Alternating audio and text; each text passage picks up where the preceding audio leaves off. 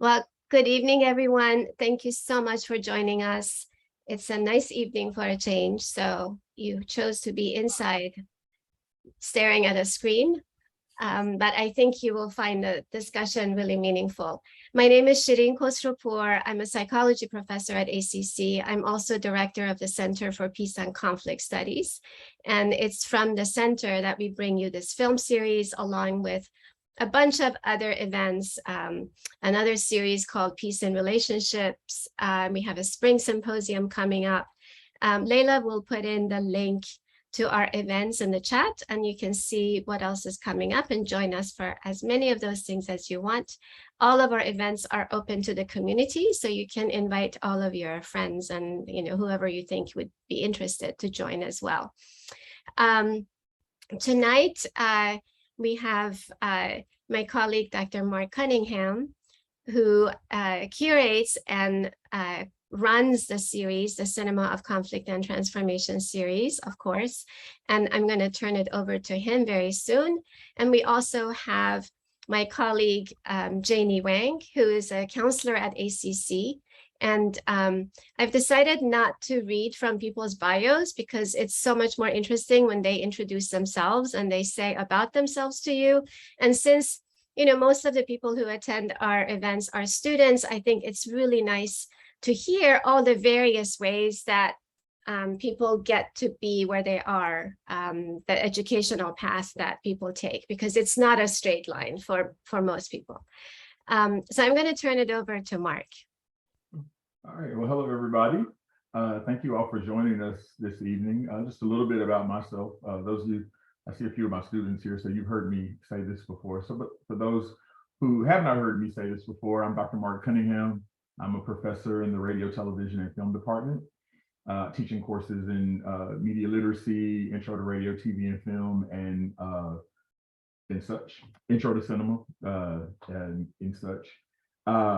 I am, currently writing a book on John Singleton that I'm doing rewrites on, and hopefully, God willing, I will finish by the end of this year and get turned in, and hopefully can move forward for that. My PhD, I have my PhD in film and media studies from the University of Texas at Austin. And so it's a long road from here. That also includes 6 years in the United States Marine Corps as well. So I'm happy to be here and teaching and working with everyone at ACC. So Janie, I'll turn it over to you. Sure. Hi, I'm Janie, and I'm one of the clinical mental health counselors here at ACC. I don't know if y'all know this, but as enrolled ACC students, you actually get free mental health counseling. So if you ever have questions, feel free to ask. And I guess my undergraduate study was actually in English, and I did not know what I wanted to do with my life. And so actually it was kind of funny. I was in an Asian American literature class, and that was when I first really got exposed to this film and some of these topics that growing up as a child of immigrants, I really didn't know that much about. And it obviously wasn't at that time like a very common subject matter that was taught in school in Texas. I actually grew up in Austin. This is my hometown.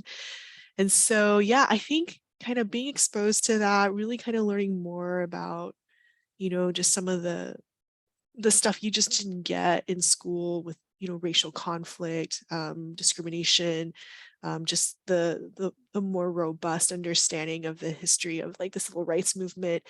I think that will just help me to kind of realize maybe from kind of what I'm studying in literature and these other classes, like maybe there's a way I can integrate that better. And it was actually one of my English professors is like, like maybe you could look into something where you actually work in nonprofit or in social services. And that's actually how I got connected to counseling. And, it worked out because for my field, which I later got a master's in counseling, I didn't need to be a psychology major to go into that. A lot of people don't know that. And so that was nice. And I went ahead and did my master's in counseling at Ohio State University, and was there, just got dropped right into helping people. And it's just been such an amazing journey. It's such an honor, such a privilege. And so, yeah, after I finished some of my kind of clinical hours, I came back to Texas, came back to my hometown and started working at ACC. And I've been here ever since. So that's my kind of work and educational background, I guess outside of ACC, I've worked in a university setting as well. And I've also worked in the K through 12 system providing clinical counseling. And then I did a short stint at a long-term residential treatment program for women, and that was really cool. But it takes a special person to do that, and I'm not that person. So ACC is my place, and I'm just happy to be here to support the students. That's awesome. Wow, cool. Those long journeys, though, we get to where we're supposed to be, all right? Yes. Absolutely, for sure.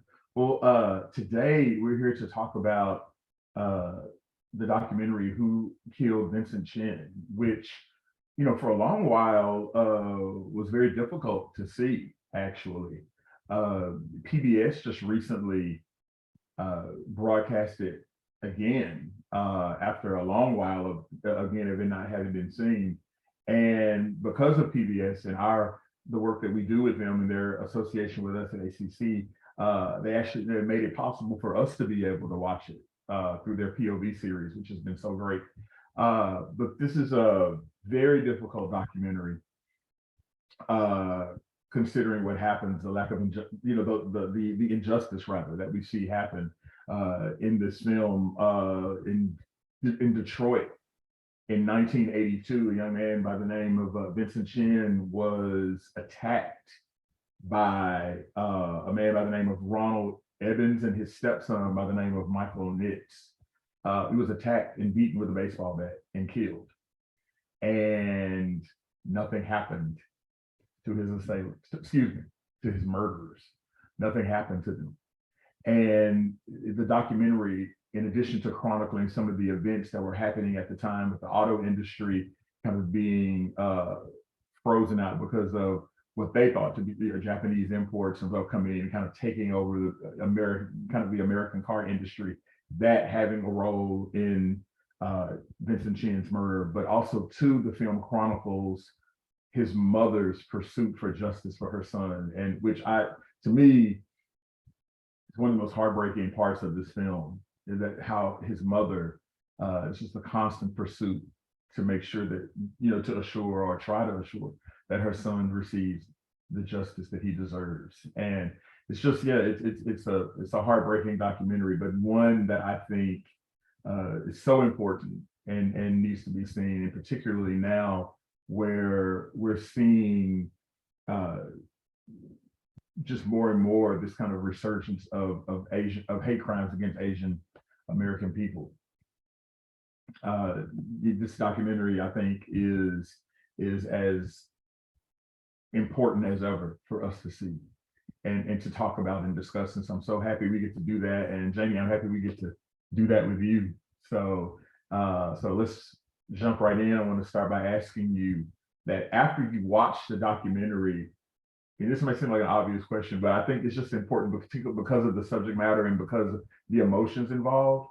What were your general emotions right after you saw it? And what part of the films did you find to be the most difficult for you to digest as a viewer?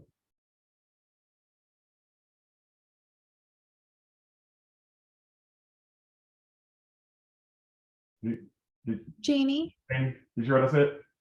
Should I repeat the question, Janie? Oh, I thought it was open to everyone. I was going to wait to let a student show first. It's like, I'm waiting. I was wondering if that was your impression. Yes. I'm sorry if I was unclear, but you're going to be the main co-discussor. I'm going to be the main. Okay, no problem. No, but that's still okay. I'm so used to hearing what the students say first. Sorry, let me just say that students, you will get a chance to ask questions too. So if you have questions, you may want to jot them down so you don't forget them. But Mark always allows time at the end for student Q&A. Thanks for clarifying. I was all ready to hear what everyone else thought. You want me to repeat the question? No, I was listening and I was like, oh, what would I say? I think for me, so I noticed that there wasn't narration. And so it really kind of, for me, made it feel like it really got into my head, right? Because it's almost like I'm there and it's like I'm hearing these conversations. And being Asian American myself and being the children of first generation immigrants, I think some of the scenes they shot in some of the the restaurant and the community center and stuff, and like just kind of the ambiance and the conversations that were happening, it just felt very familiar to me. And so when you add that to the fact that then they're showing these conversations that these other people are having, I think one that really stood out to me was when they were all at that restaurant or diner and kind of just talking about how they felt about people and stuff like that. It just really made it feel like I was there, and it just really kind of almost like it's happening real time. And I think because there's no narrator happening, like someone will make a comment and then I'll be like, wait a minute, that happened so fast. Like, was that racist? Was that like a microaggression there? Like, it's all happening in real time. So I really felt like I was just like almost kind of walking in the footsteps of what it was like for people at that time in that city. And I think especially because of just some of the personal connections I have with what it was like growing up in the immigrant community, it just felt like I was there. And so I think afterwards, that last scene with his mom just stunned, right? I just really felt that, she looks like my grandmother. She looks like, people I grew up with. I think that there's no commentary to her response. You're just kind of left with her raw emotion. You just really feel that. And I think that was really hard for me to see. There was one part where they talked about, growing up, a lot of us who were children of immigrants were told, yeah, don't stand out too much. I was born in the 80s, so I can't tell if it was because of what happened that I was told don't stand out too much, be careful. Don't stand out too much because culturally, you want to be modest. You don't want to like shake the table too much. You're not always perceived as an American, even though we've been here for a couple generations now, or we've gone to school here for multiple generations. My grandfather went to University of Texas. My dad went to University of Texas, and I went to University of Texas. But there was always still this fear of like, but people aren't always going to see you as belonging here. And so I think when they were talking about that, right, and when people are like, but enough is enough, and we want to do something to stand up for it, I could like really feel the tensions of that. And then just hearing, I think his lawyer, who was like just really dismissive, right, and being like, and Egan himself saying, oh, they just want attention, where was this before? And just yeah, so I think like just coming away, I just felt like, wow, this is like stuck on me. It's like in my skin, it's in my hair. I feel it. I feel like I recognize these people. I feel like I know some of the Asian Americans who are portrayed. And I think just sitting and kind of being a fly on the wall to some of those conversations, it's like I've been that person, the only Asian or maybe even the only person of color listening to people make these comments and kind of trying to wrestle with how do I respond? So I think just feeling a lot of like sadness, anxiety, reliving it, tension. Right. Yeah, I mean, it's so interesting you talk about, not standing out, right? Because I know as a black man, as a black person, we get told the same thing. Like, don't make expect, don't, you just kind of make yourself unassuming, right? And I think about something, I may have mentioned this before in a previous series, I think I might have, but just to say here about something Ta-Nehisi Coates wrote in his book, Between the World and Me. And he talks about how, he says, white people teach their children that all of the space is theirs, right? And they can roam all of it. But we, as people of color, teach our children, no, you come over to stay out of people's way, right? And again, like you say, it's a way of just making yourself smaller. So like you say, you don't stand out. But in your case, like you're talking about, is as Asian Americans not being perceived as American, even though, like you say, you've been here. It's not a new thing, so to speak, right? As people treat it. Yeah, I very much so understand what you mean by that, for sure. But to what degree do you think that some of the more dangerous ideas in our culture, like for example, those bumper stickers in the film, that kind of allude, how do things like that have the power to motivate and incite real violence or real conflict in our culture? Yeah, I think that was one of the things that really haunted me for a little bit. I had to kind of really, after I watched the film, just kind of sit and reflect on. Um, I think especially as a counselor, right? Mhm. So I work with both victims of violence and perpetrators of violence, and I think one of the things that really haunted me while I was watching that film was when they were doing I think they were like smash-a-thons, like breaking Yeah, the Asian cars, and I yeah, I wasn't I don't know if I saw it correctly, but like the bumper stickers were like they had, was it the ones with like the slanty eyes or yeah, yeah, yeah. exactly. Hmm. And I think about how anything that makes another person or another party like less human, um, more other, not perceived as belonging, um, I think creates a lot of fertile ground for us to like further dehumanize, and to the point where we kind of reduce that other person to just an idea or just to an object. And I think that's when things get really easy then to justify violence, to justify hardening against that other person or that community. It's kind of, we can dissociate from caring, we can dissociate from empathizing, we can dissociate from compassion because we can just see them more just as these like ideas, or even like, I think in our worst kind of states, um, lesser than human, right? Animals. I think during the Rwanda genocide, cockroaches, right? And so, you know, I think a lot of times when we see like a violent idea, we're like, oh gosh, like I wouldn't think that, or I wouldn't be okay with that. But it's these little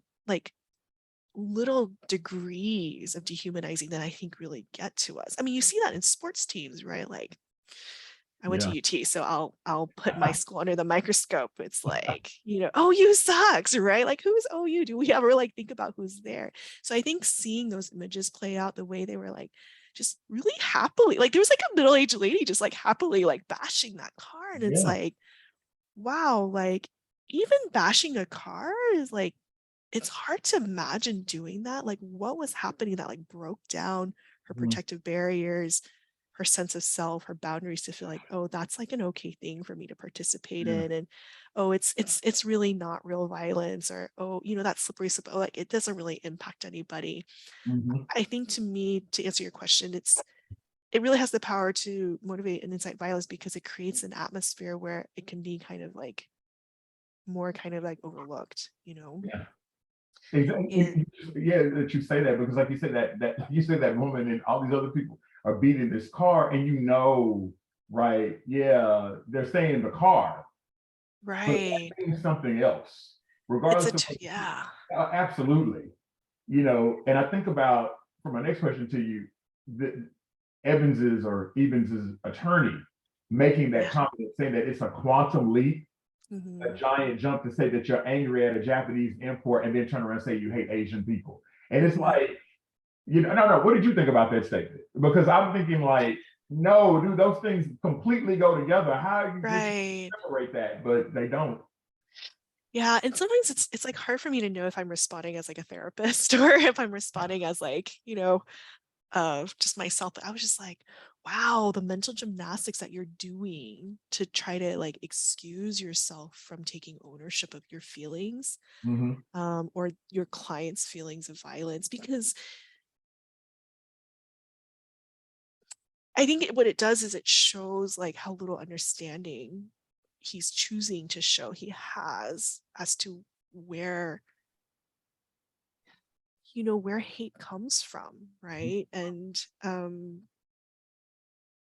we think that you have to be this horrible monster to harbor an otherness kind of perspective of someone, but a lot of times it's just enough detachment or bias or ignorance Yes. to be able to just in your mind completely like not see somebody as fully human, fully worthy of the same love, belonging, and honor that you want for yourself. So that was really jarring. And he like, there's no narration, right? So I felt like I didn't have like my like narrator security blanket. I'm just watching him say this, and you can see the expression. You can just see he's really buying into this, and it's like, wow, that's really scary. And also, wow, like how often do I do that? Just trying to justify my feelings. Like if we don't have like, I don't know, I feel like when I don't process like my own tensions and turmoils and feelings appropriately, maturely, safely, I can see myself making these kinds of same blocks, keeping me from taking responsibility of how my feelings are leading to my actions, for sure. Yeah, yeah. I mean, it made me think about like when I was in boot camp in the Marine Corps, and I remember some of the guys I was in the Corps with, and we would be doing exercises and stuff, and they would be completely evoking kind of like terms of like from Vietnam. Oh And yeah. they would say certain things, and I'm like, whoa, not to age myself, but I'm like, dude, this is like the late 80s. We're going into the 90s. Vietnam is like, why are you still saying these terms? Like we'd be out doing maneuvers, and like you say, those biases were like, I don't know, passed down, I guess, right? And they were evoking that same type of thinking into current, the current state of the military. And I'm thinking like, wow, where is that, where is that coming from, right? Because you weren't even alive when, I mean, they were alive, but you certainly weren't, privy to like what was happening in that regard or whatever. But it's just so interesting, like you say, how those things, that justification. Right. Yeah. And it reminds me of like when, one of the things we talk about in counseling is when you overgeneralize, that can lead to a cognitive distortion, right? And, you say, oh, Japanese import to hate, that's such a leap, but Japanese import representing this whole like social, economic, like issue, right? Like hot flash issue of like jobs being lost, the economy, all of that.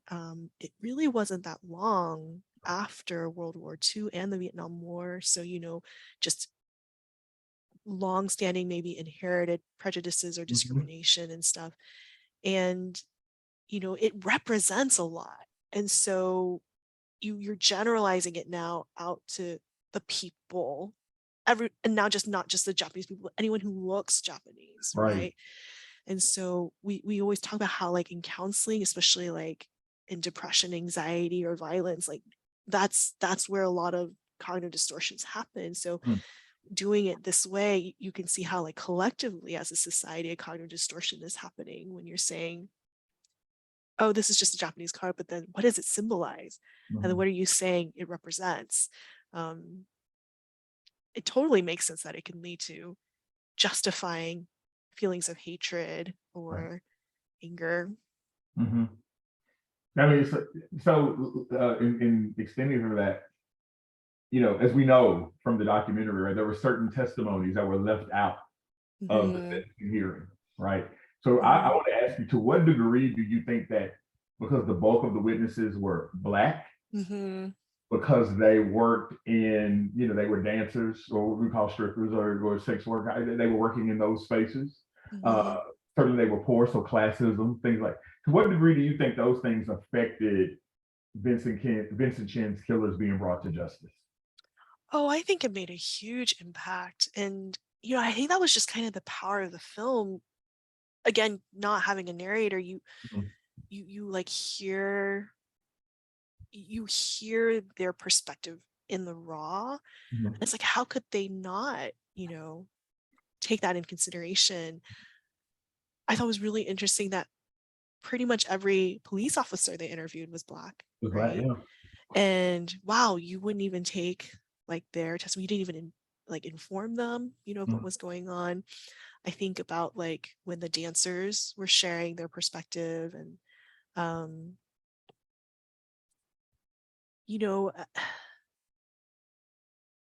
the way the judge, I'm trying to remember exactly how he put it, but it was like, you have to fit the crime, or you have to fit the punishment to the people, The not the people. Yeah. crime. And it's like, what were you measuring, you Yeah. know? And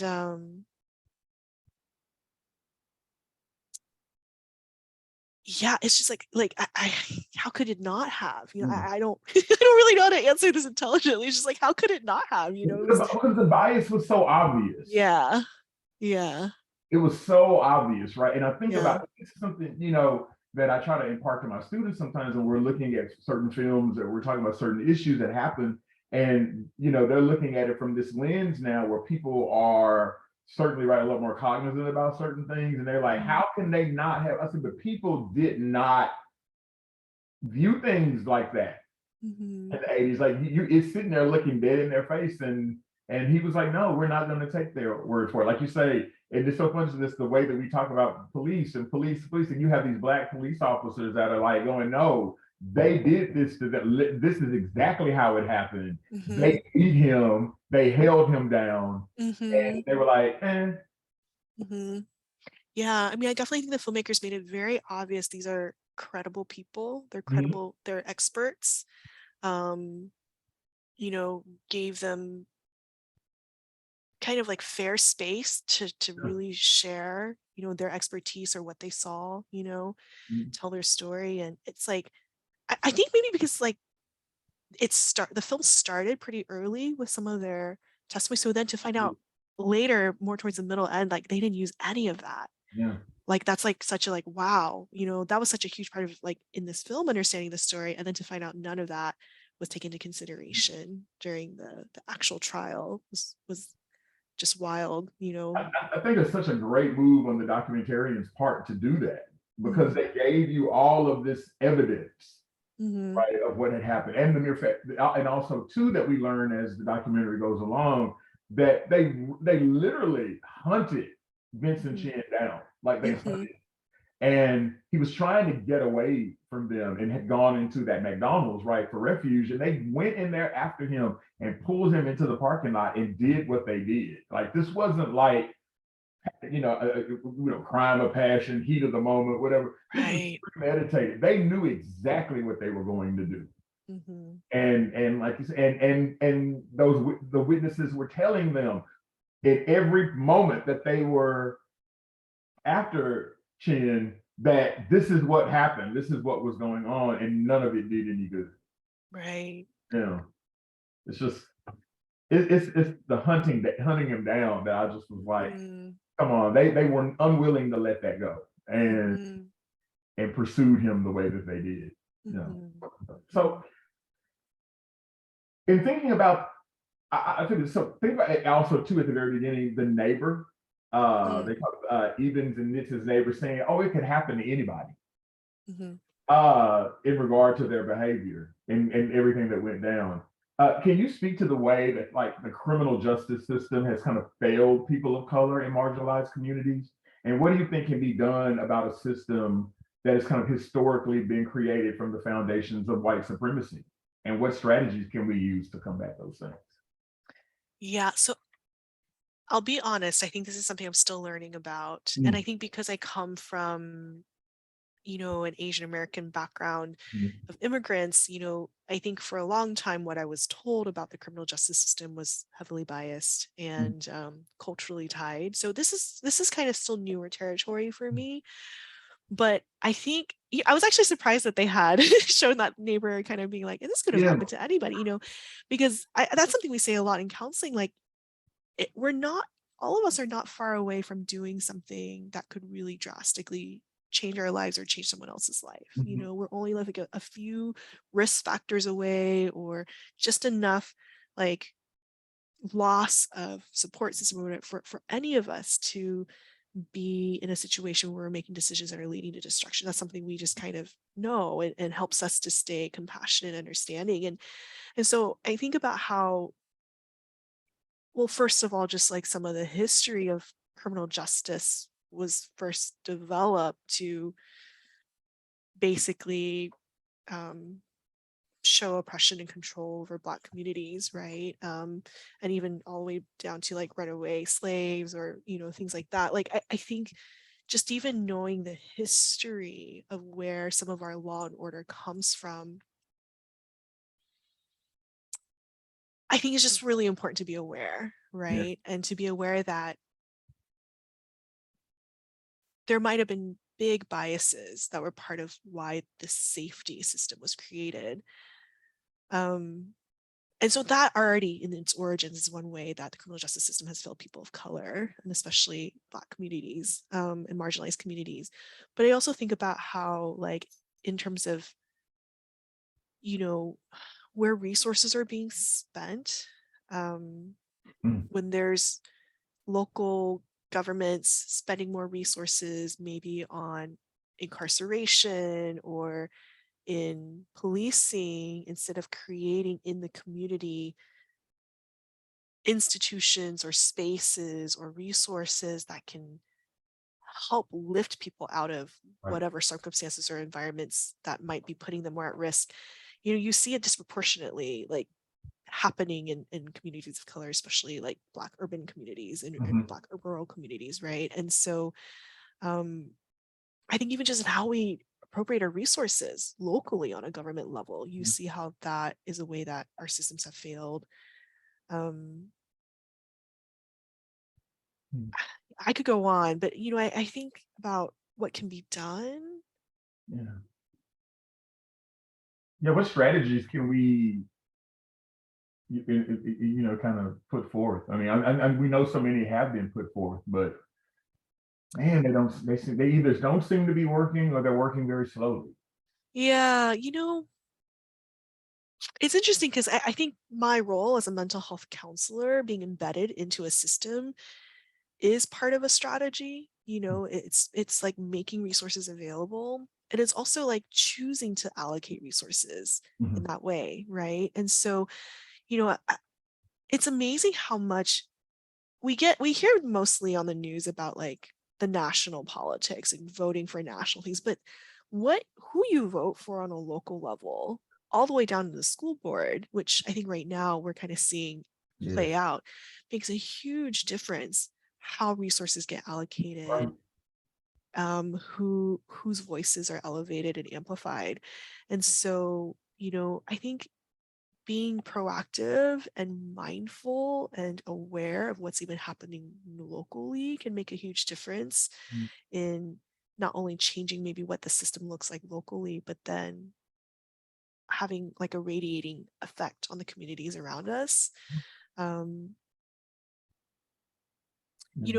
think acknowledging the history, like I said, acknowledging the communities that have been hurt. So coming from a counseling perspective, I think one of the sticky issues is when someone's suicidal or someone's homicidal, a lot of people automatically call the police. But if you're working, to serve a community where the police have historically maybe not been seen as safe or not been seen as caring for your community, that can be a real breach in trust, right? And a lot of times, I have to kind of be very gentle and careful when I'm talking about what to do if I think you're in danger, and making sure I'm respectful of how the other person in front of me's experiences are with the criminal justice system or their family or their community. And so it's probably also like just really listening to the person in front of you and not assuming that the criminal justice system is safe to them. I mean, I remember, even growing up, for me as an Asian American, like my parents being like, if something happens to you, you can call the police, but we just don't know if they're going to care, So not assuming that, someone else's experience or perspective until you've actually listened. And I just feel like I don't know, it sounds kind of kumbaya, but like really listening to each other really could make a huge difference in how we respond to these kinds of things that need reform. Right. I had another question to ask you about something the judge said, but based on what you just talked about, what you're saying about calling the police and whether they really care or not, I think I should ask this question next. Part of the reason for the appeal of the civil rights trial, or part of the reason the appeal for the civil rights trial, the mother, so Vincent Chin's mother did a civil rights trial after the fact, after she didn't get justice the first time, she tries again. And in 1987, it failed, right? Because many people found it difficult to believe that Asian American people even experience discrimination, let alone racial violence. Why do you think that's the case? And do you think people still think that way about the way, these kind of issues of discrimination affect people who are Asian American Yeah, or I Asian? definitely think, yeah, I definitely think it still happens. And I think there's a lot of reason why it happened. I think a big part is, different ways of Asian immigration came to pursue economic opportunity in the United States. And there were different pathways for that. I think the earliest was working in labor camps or the railroads, later through education. And so I think there's this false perception, right, that, oh, because they're highly educated or they really pursue education, like everything is fine for them then, oh, they're going to tech fields. I think Vincent Chin himself was an engineer and Yeah. represented that kind of new wave of Asians that were coming. Well, he's rich, or he's going to be rich, or he's going to make a lot of money. And so like they should be fine, if they can do this, then they can handle things, or it doesn't seem like they have any problems.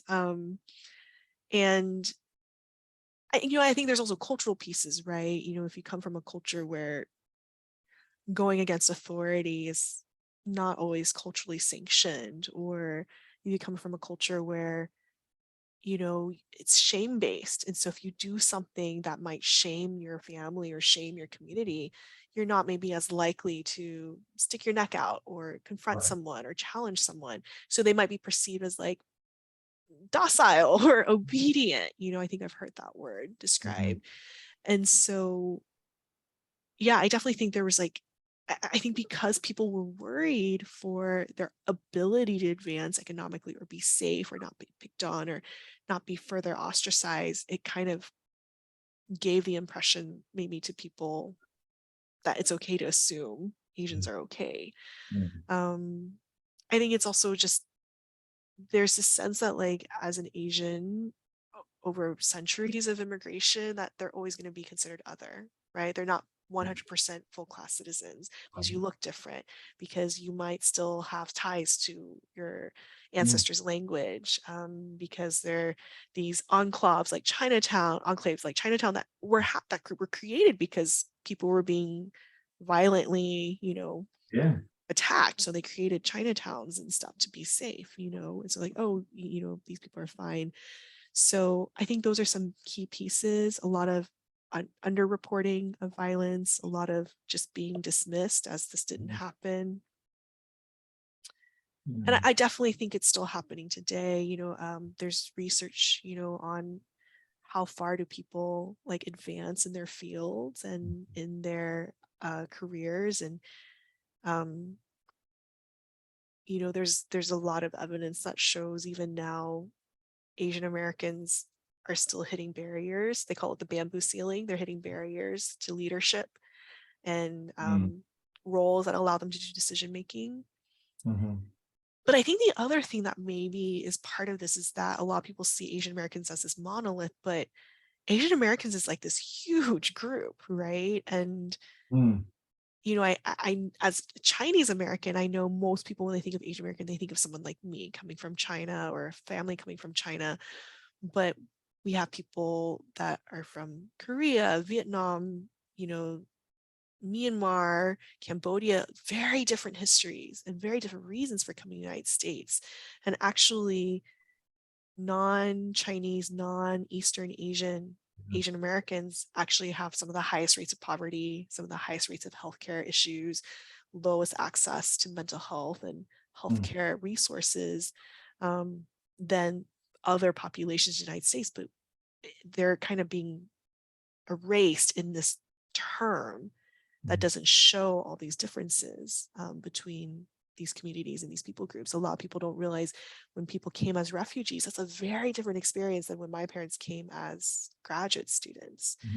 So there's this kind of erasure that happens when we use this term that really doesn't capture all the differences. Even as a Chinese American, my parents were born in Taiwan, but were ethnically Chinese. My grandparents fought the communists, right? And so, I think when I hear things like, you're Chinese, you must be communist, like, no, like my family died to like fight, in that war. That really doesn't represent my history. And so not knowing the history, not really teaching Asian American history or even just world history a priority in our education system, I think contributes to that too. So I want to extend on something that you mentioned about, you talked about shame and this kind of like a way.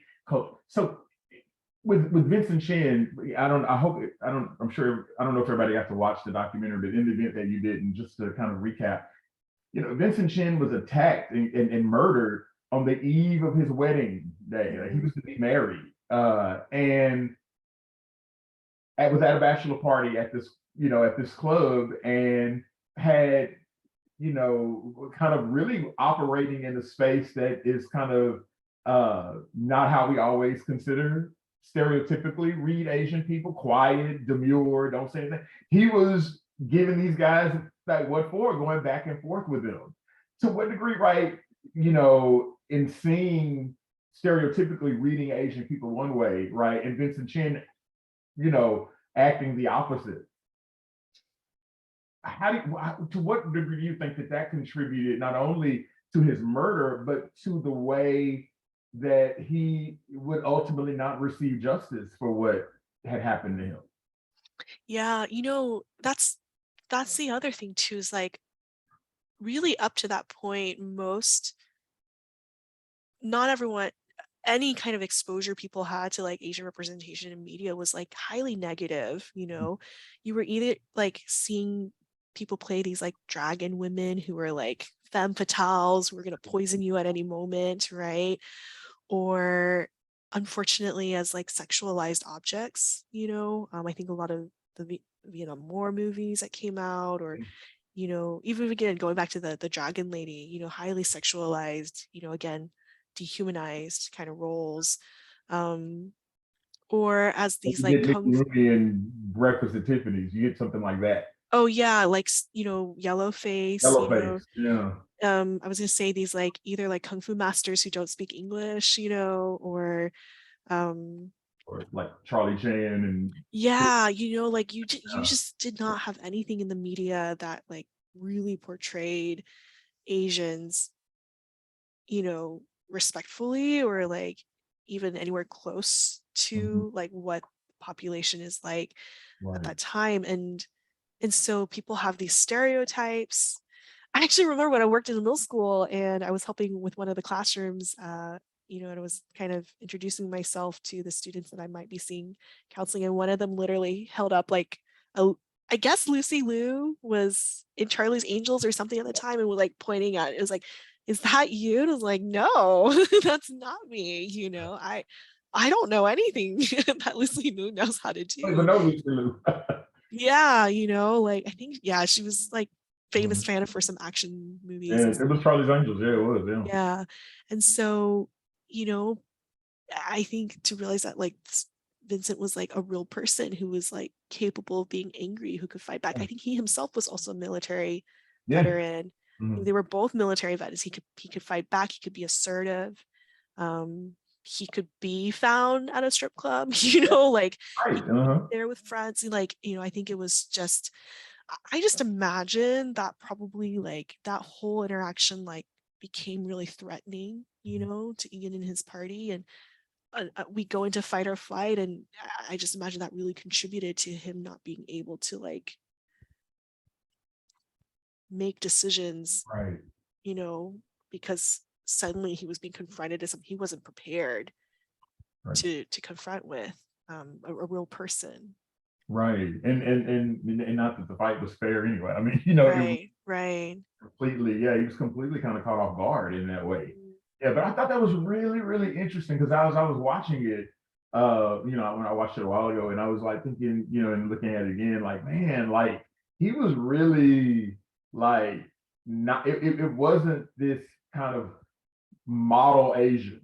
Right. He wasn't like, he was very, you know, in addition, we knew he was, you know, he was smart and all this other stuff, right? But he was, like you said, I love how you said actually a real person, right? That would get into it with somebody, that would be angry with somebody, that, hey, I really don't like the way you're talking to her, but I'm gonna do something about it too. You know, it's like, Yeah, yeah. absolutely. And, you know, I mean, I don't think they mentioned it in this document. I can't remember if they did, but reportedly, Vincent Chin's last words before he died was, "It's not fair." And I think what's so haunting about that, I think for, especially for me, I was just like, yeah, like somehow it just kind of really captures like this awareness of like, this is, it's gamed against me, Mhm. you know, and um I can't be real. I can't be myself. I can't truly be accepted as a true American. I can't be allowed to like feel like I have to defend myself or to make a mistake. You know, I'm not allowed to do any of that. I have to be perfect. Yeah, it's amazing, man. So how can we better inform society about who Asian Americans are and the long history of anti-Asian racism in the United States? I mean, I know you already mentioned, like, you know, speaking face to face and awareness and education, but how can, you know, aside from those things, what other things can be done to better inform society about who Asian people are, Asian American people are?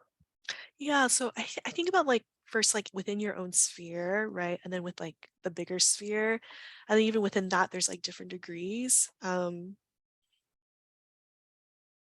I think generally, right? I think telling Asian American stories, especially with Asian American history in the United States, I think that's really important. Like making sure that, you know, in the different platforms and the different media spaces, I mean, storytelling is so important, right? And representation in those media spaces are so important. Um, you know, really bring those stories to the forefront. And I think letting Asian Americans tell those stories, I think Mhm. that's really important too. I think making sure that in, you know, decision making spaces that, you know, there's there's there's there's representation in those spaces Mhm. of the Asian American perspective. I think there's politically like making sure that like not just voting, you know, for informed candidates that might represent, you know, different Asian American populations, but I think also just like making sure resources are allocated, right, into supporting Asian American community centers or neighborhoods, you know, fully recognizing them as equal citizens. You know, I've seen that there's some school districts and states that are now going to implement an Asian American history curriculum, and that's amazing. Um, you know, there's just a lot there, kind of education wise, that can happen. I think these films are incredibly important. I Mhm. think you know, film festivals. So there's actually a really great Asian American Film Festival that happens in Austin, and it's really fun. And you get to see some amazing films by Asian writers and content creators. Um, I think making sure that, you know, when we're using a product or there's like a food that might have Asian American origins or Asian origins, like properly crediting that instead of you know, just stealing it for our own uses or for our own kind of economic gain, right? Not kind of culturally appropriate, you know, traditions and histories and stories and art and technology, and, you know, from Asian Americans. But I think from like a personal level too, it's just maybe just kind of entering that world a little bit, right? You know, if you order takeout, maybe actually sitting and eating in the restaurant and getting Oh, to know, you know, the waiters and the wow. restaurant owners and finding out their stories. You know, I think volunteering a little bit in the community centers. There's the Austin Asian American Resource Center. They do a lot of really cool things. They do like a night market night. You can go and like just learn what it's like to step in someone else's shoes, right? Wow. um, you know, doing your own reading, do your own listening to stories and sharing it with other people. But I think also just really listening to your friends or classmates or professors who are Asian American and really asking them for their perspective, believing their perspective, and not just immediately dismissing or just seeing it from your own lens and your own experience. I mean, I think even for me, just making sure that I'm always reminding people Asian American is not a monolith. There's a lot of people in this category that I'm still learning from. And my face does not represent everyone that we try to serve when we talk about the Asian American community. Cool. Shrink. Yeah.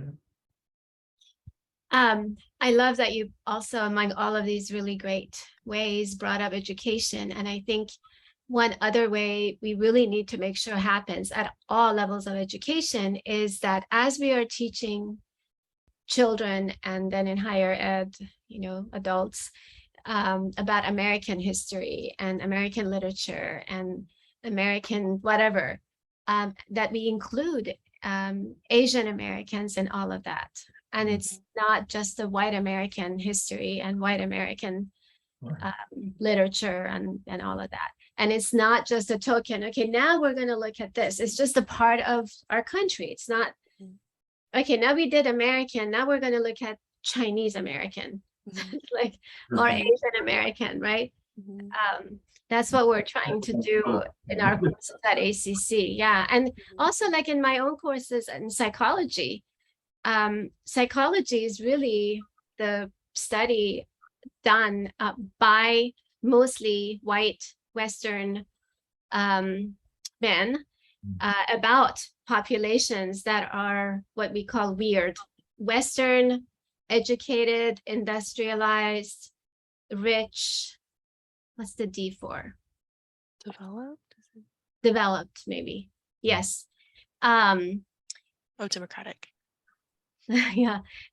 So bring in, I mean, there's research done all over the globe in psychology, but it doesn't make its way into our textbooks. So whatever we're teaching, like making sure that it's representative of the world's population, not just the ones who have the most power and access to doing this kind of work. Good point. Excellent. Absolutely. So in extension of that too, Asian American activists in particular have kind of built these kind of multiracial coalitions to fight the unjust criminal justice system. So why do you think, Jenny, that coalition building is such a powerful tool when protesting for equity and civil rights? And what do you think are the best practices, and what kind of mindsets, right, should we have in order to stay unified around this struggle for civil rights? Yeah, one very, I think, practical reason for coalition building is that you can learn from each other, right? And you can learn from each other's attempts and histories and benefit from that shared knowledge and shared resources.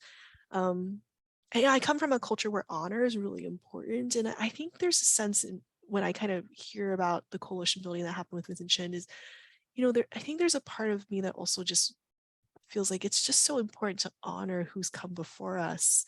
And, I don't know if a lot of you knew this, but some of the first civil rights cases that successfully went through court had Asian plaintiffs, but a lot of them were successfully pushed to court because Black and African American civil rights activists really came along those cases and really showed Asian communities how to fight for rights and fight for representation. It was because the Black community actually helped. And, I think as an Asian American, I always want to make sure I remember that and that I honor that instead of having a scarcity principle and a scarcity mindset, the Black community always had a sharing, abundance, and, we're brothers and sisters in this together, in this fight for equality together kind of mindset. My family and I'm very much indebted to that. And so I think, what do we benefit from that? We benefit from each other's experiences. We have an opportunity to have a posture of learning from people who've gone before us. Just more people working on the same thing together. It's kind of like whichever person or whichever community is suffering makes all of us suffer, and so wanting to lift up any community because that's going to impact us, right? And I think, I think just the very nature of coalition building, it's very much practicing what we're saying we want to see happen. We want to see people being honored, respected, identified as equals. And that's the very nature of how you build a coalition. You see each other as equal partners and people you can learn mutually from. It really builds that culture. I'm sure there's really practical reasons too, but I think about just what it means that we belong together in this, I think makes a big difference. That's why it's so disheartening for me sometimes to see like Black and Asian culture, people, or Black and Asian communities, or Black and Latino communities in discord so much, because we have so much in common. Our struggle is actually, there's some commonalities between our struggle, and it just sometimes I think, like you said, that gets forgotten. So much gets lost in that, and we end up separating, when in actuality, like you said, we need more coalition building to combat some of these things that are happening. So we don't have any more Vincent Chins, any more George Floyds, or we certainly to work towards reducing those kinds of things for sure. Yeah, because I just think about, like, at the end of the day, our enemy is systems of oppression, right? And you just never know when that system of oppression could come from you. So no one's excused from it, no one's excluded, no one's safe from that. Until a system of oppression is demolished, no one is safe from that. And so just kind of being sober-minded about that together. For sure, definitely. So I have one more question for you before I open it up to see if anybody else has any questions or some comments. If not, I have more to ask. But this is gonna sound weird. Hopefully it doesn't. Hopefully you get what I'm saying with this. But who or what do you think ended up really killing Vincent Chin? Oh man.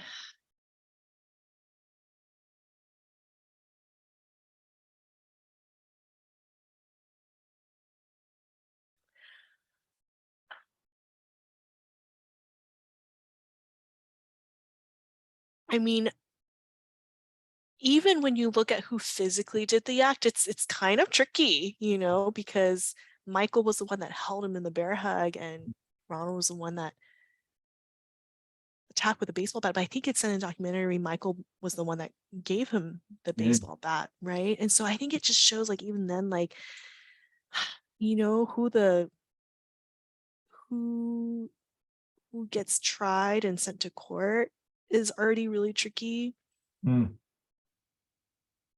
mean, they're the ones who perpetrated the physical act of violence, but I think lots of people were complicit in creating a culture of violence against someone like Vincent Chin.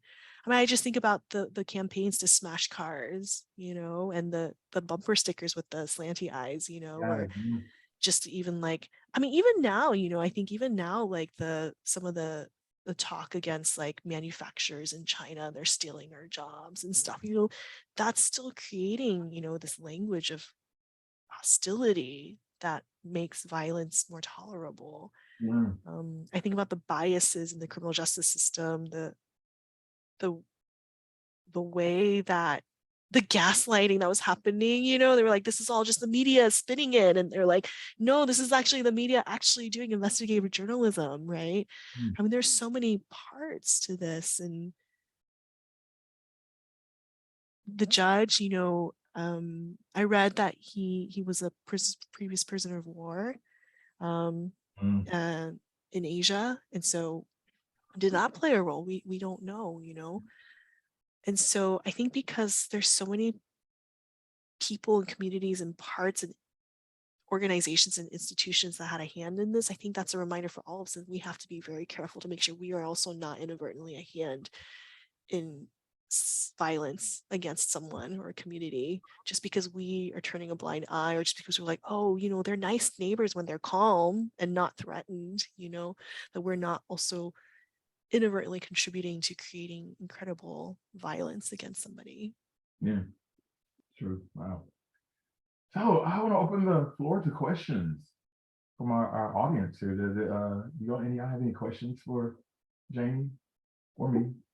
But really, Janie, anything you want to ask? Some clarification on? Just kind of listening to everybody. Okay, Monet. It's not really a question, but it's just more so a comment. But as I was watching the documentary, I made a connection between like the Asian hate crimes that were happening like last year and through 2020 and Vincent Chin's situation, where Asian Americans who have absolutely nothing to do with, certain issues that are prevalent in the world are being blamed and harmed for things that have literally nothing to do with them, things that aren't their own doing in any way. So yeah, I just found it very unfortunate, and just the way that Asian Americans have their American identity just stripped off, and just how they aren't considered to be an integrated part of the country. Yeah, that's a really good point. Particularly with COVID, we saw that happen. There was such an increase in Asian hate crimes happen because of COVID and because of the way that was presented to the culture, to us in the media. What are your thoughts on that, Janie? That's a good point. Thanks. Yeah, it kind of made me also think about the Atlanta shootings, you know, when the shooter was like, well, you know, I think he had his own kind of delusions and paranoia, and just kind of associating, you know, sexual temptation to the massage parlor, and so kind of justifying his mind, like, I'm going to take out the threat. And just how there's just this, like, it's just too easy to make these false connections between a people group and what's causing suffering or what's causing tensions for you. Yeah, I mean, one of the ways my thought went to was like when they were reporting on the violence against Asians, unfortunately, they were focusing in the media too. They were also focusing on perpetrators that happened to be Black, you know, and just really creating this unnecessary, false kind of like racial hostility or divide in the media that wasn't actually in the stats. You know, most of the perpetrators of those crimes were not Black, but the ones that always got reported were Black perpetrators. And so, you know, I think one of the systemic things we talked about, how do we bring changes of, is holding our media accountable, you know, holding our media accountable. You know, my brother, so this is like an example. My brother, his favorite thing to do was to write letters to the editor. And of course, my parents, being Asian immigrants, were like, don't do that. They're going to come and like find you because they put your name. But, you know, that was, he like really saw it as something that like was important, that he would like confront, you know, the newspaper or the Daily Texan and be like, hey, what you printed was wrong, you know, and do we hold these sources of information accountable? You know, I think now journalism is, you know, where a lot of people can represent a lot of different things. Do we hold all those other things accountable? Do we hold social media accountable? Do we hold, you know, Instagram, Facebook, TikTok accountable for that kind of misinformation? And then being, you know, good consumers too, being thoughtful consumers of what we choose to believe. Because yeah, you could very clearly tell that there was a bias that was being presented on showing who was perpetrating these crimes when it really wasn't true. Yeah, I mean, it's so interesting you mentioned. I've had friends of mine who are Asian that would post things on their Instagram pages, and they were focusing specifically, like you said, on the attacks on Asian Americans from people who were Black, right? And then they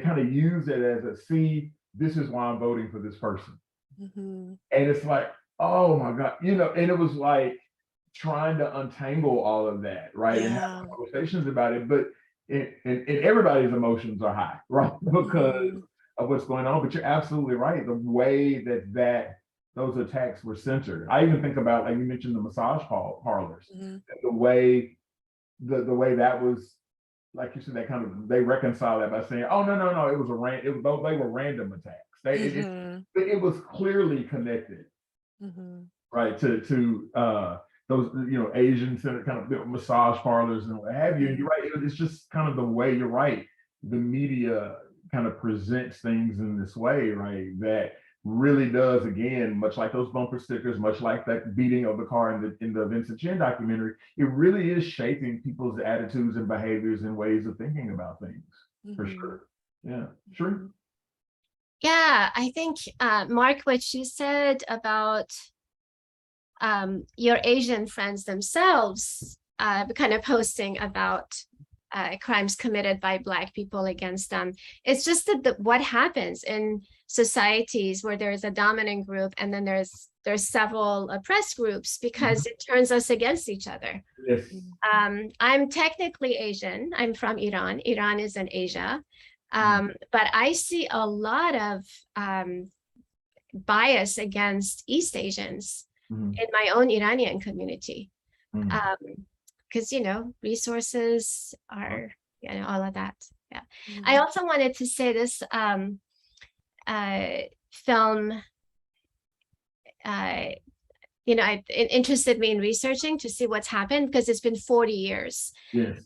since this event. And so PBS has some other programming about this. And they, in one of the programs, they talked about how there have been, since the beginning of the pandemic, there has been a 70% increase in incidents reported against Asians. There have been 11,000.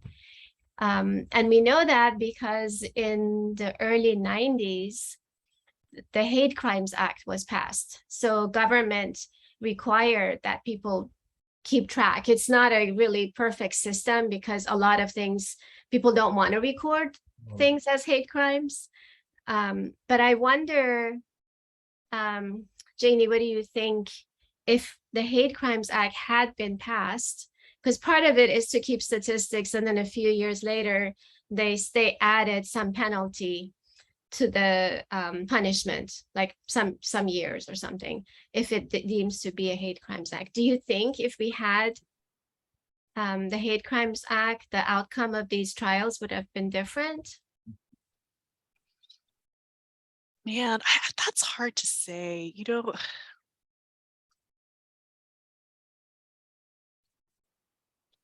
There probably would have been some differences, but I also just feel like with the Vincent Chin death, it was the murder, it was kind of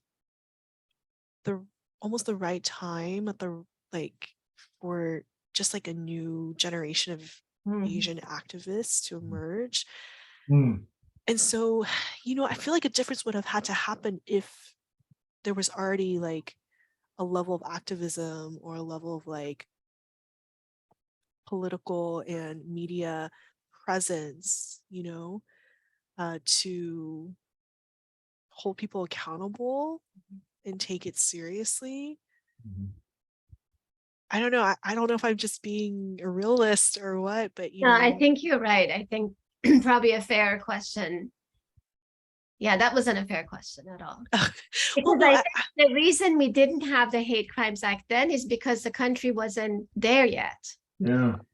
So well, yeah. And I think it just shows like you can change policy as much as you want, but you also have to change the culture, right? And, we've had some policy changes that are meant to protect equal rights or meant to protect and prevent discrimination, but still hasn't removed the hidden ways that those hostilities and violence perpetuate and continue and are sustained. Just because there's laws doesn't mean that our society has changed. And I really think that that's up to us. Wow. Yeah. That's what you said, because I feel like I don't know, I call it cynicism, but I'm just kind of one of those. I feel like that it's very difficult to change people's minds about certain things. Like, people believe what they want to believe, and I'm not saying it's not impossible. You can do it. It can be done, but this way, that people have to want to do it. And you're presenting this information. I think about it as a professor, the information I'm presenting to students or whatever else, and I don't, and you hope that that information sticks and gets them to thinking about things differently. And that's what, like you say, to kind of move the needle to really exact some solutions to what's happening. I wish I had come just a little bit more scholastically prepared for this, but one of the things that y'all can look into that I think is really interesting, this is where I wish I was more scholastically prepared with, but there's been some new research that's been done on kind of bias untraining, helping communities or people who've historically kind of represented certain biases, especially racial biases, how to untrain them.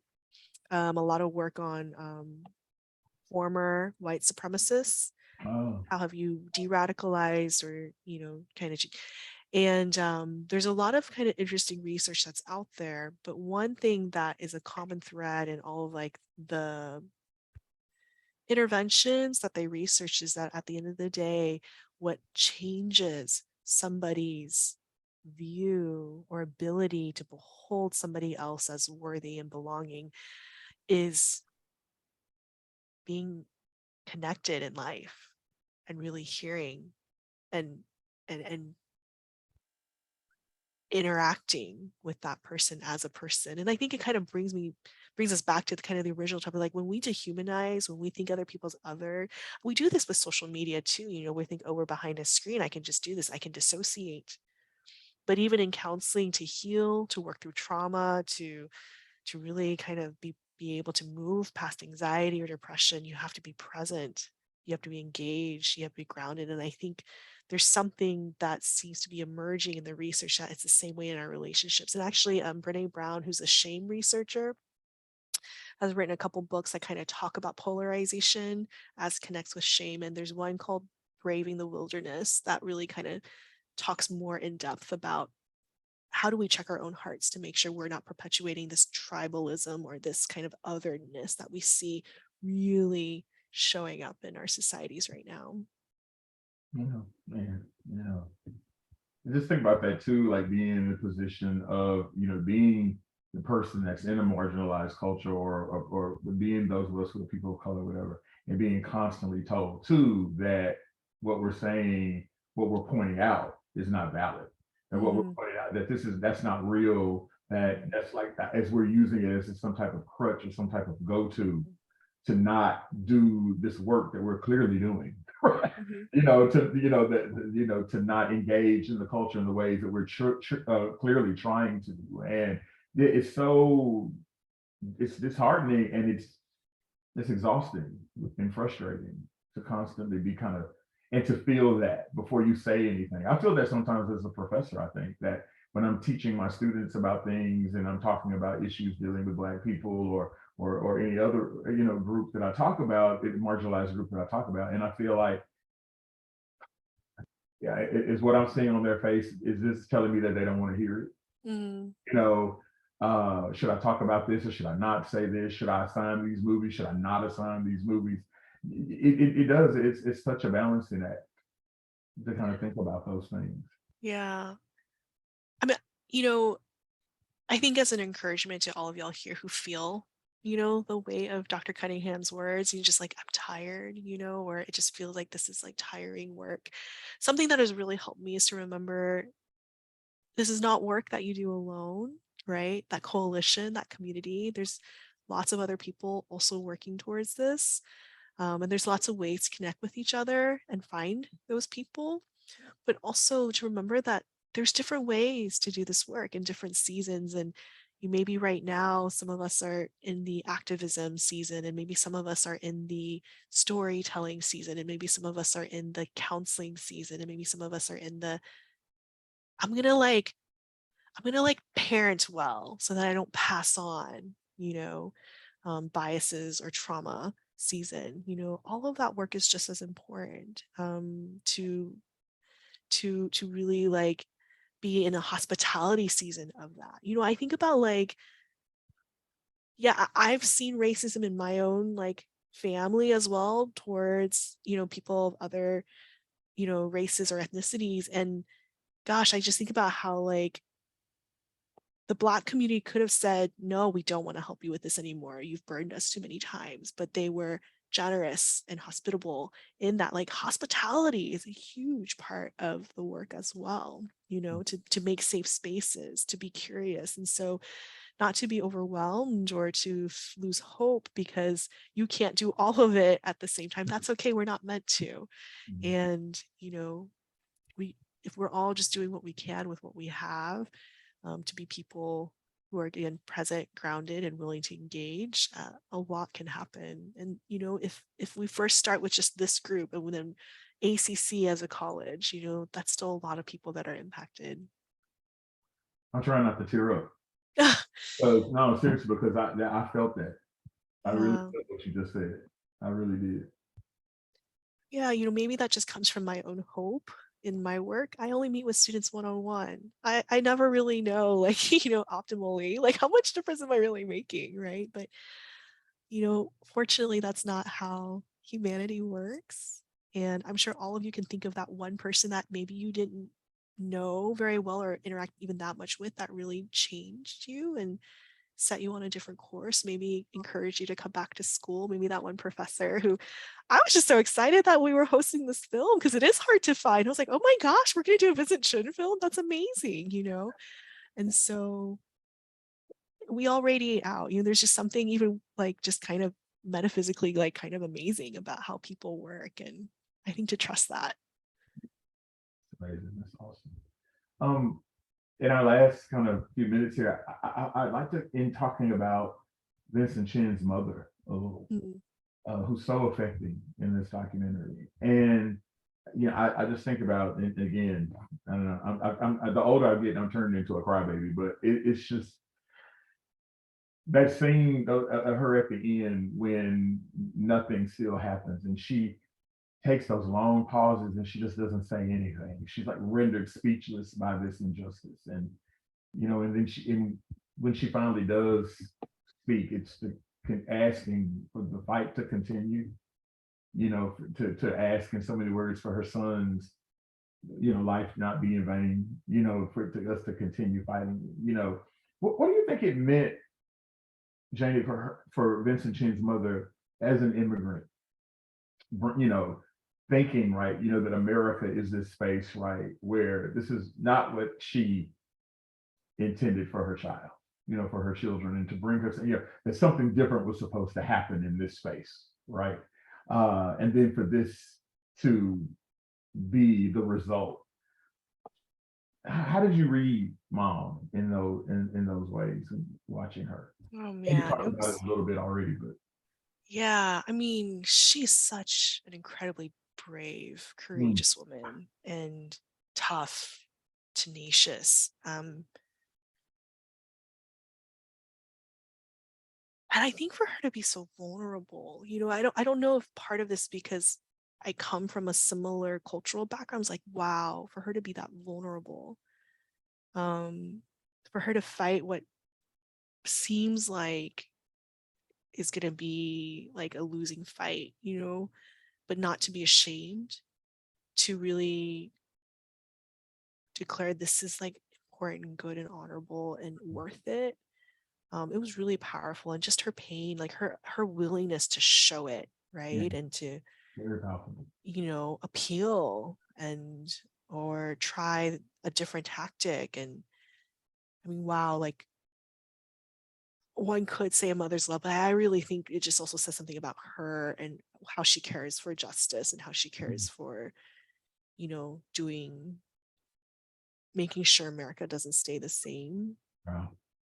I, I, you know, it just felt like I was watching my own relatives. And, you know, I remember when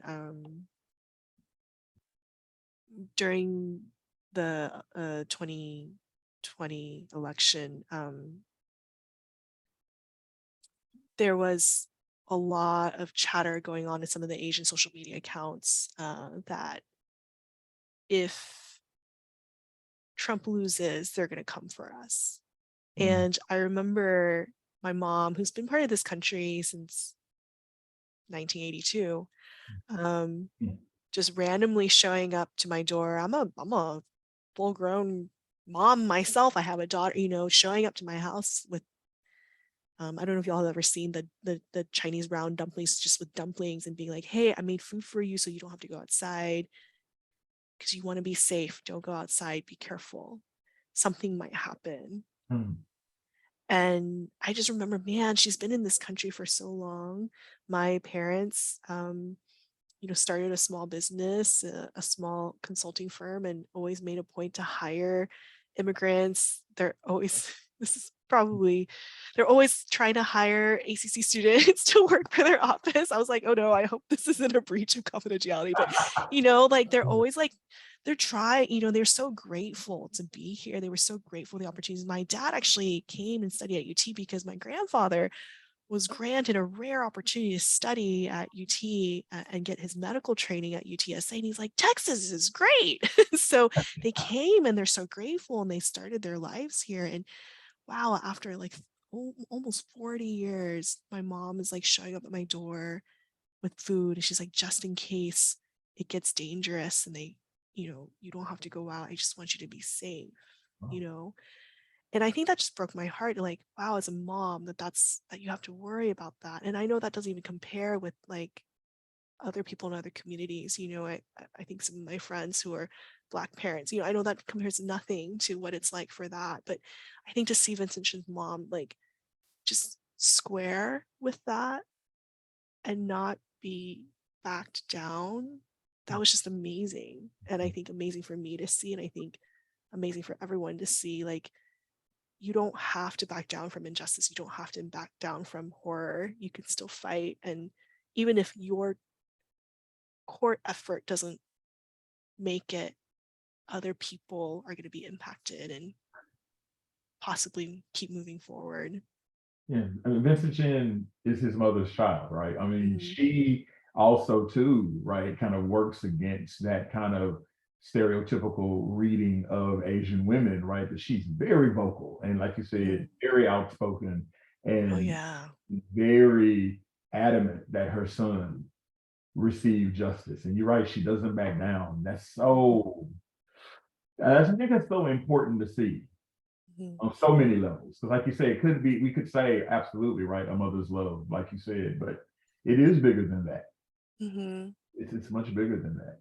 Yeah, I think about like there was some like pundits who was like, or there were some interviews where they're saying, oh, they're just trying to get attention, or I think Yeah, maybe even in his lawyers.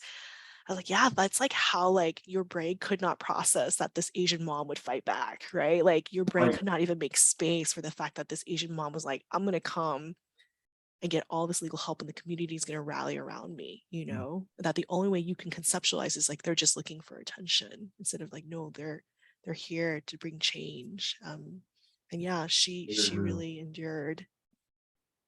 Yeah, she stands out most to me in the documentary. I don't know how others of you feel, but she just just really struck me to Mm, see her do that, because I knew what it must have taken for her to do that.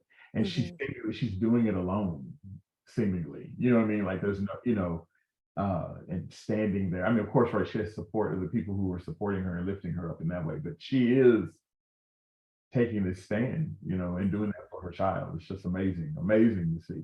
It really, really is. Wow. Well, Janie, thank you so much for joining us today. This has been great. I've really learned a lot from you, and really am going to take to heart what you said about what season am I in, and doing instead of leaning on frustration and exhaustion, but to kind of work from that space as I continue to uh, to find solutions to and continue to talk about you know marginalized spaces in this country. So thank you so much for that. thank you so much for having me here and giving me a chance to talk about my response to this story. And yeah, I come from a vocational world where a lot of what I do is individual work, and just really seeing if even just our own hearts deepen with compassion for one another, what a difference that makes in our own lives, but in the lives of people around us. And I'm just so excited I got to come here, and I was all ready to hear what the students had to say. I was like, oh yeah, I want to hear what everyone else has to say before I give my own unformed thoughts. But I really hope that this story, inspires you to be courageous and, know that you're worthy of people fighting for you too. Wow, man, that's awesome. Thank you so much. Yeah. Shereen, you're not close us out. I don't have anything to say except I'm grateful for Janie for coming and this amazing discussion. You're so compassionate and well-informed, scholarly, and all. You seemed absolutely prepared. Really appreciate it. And I really appreciate the students and others who joined us tonight too. I know there are more fun and funny things to watch than the films that we choose sometimes. But we're trying to all grow together a little bit and form a community. I see some repeat faces, and I love to see that. Thank you for coming. And Mark, thank you for this amazing selection, and Leila for making it happen, come together, and Michelle for promoting it so beautifully for us. Thank y'all so much. Appreciate you. Have a good night, everyone. Everybody, good night, everybody. See y'all later.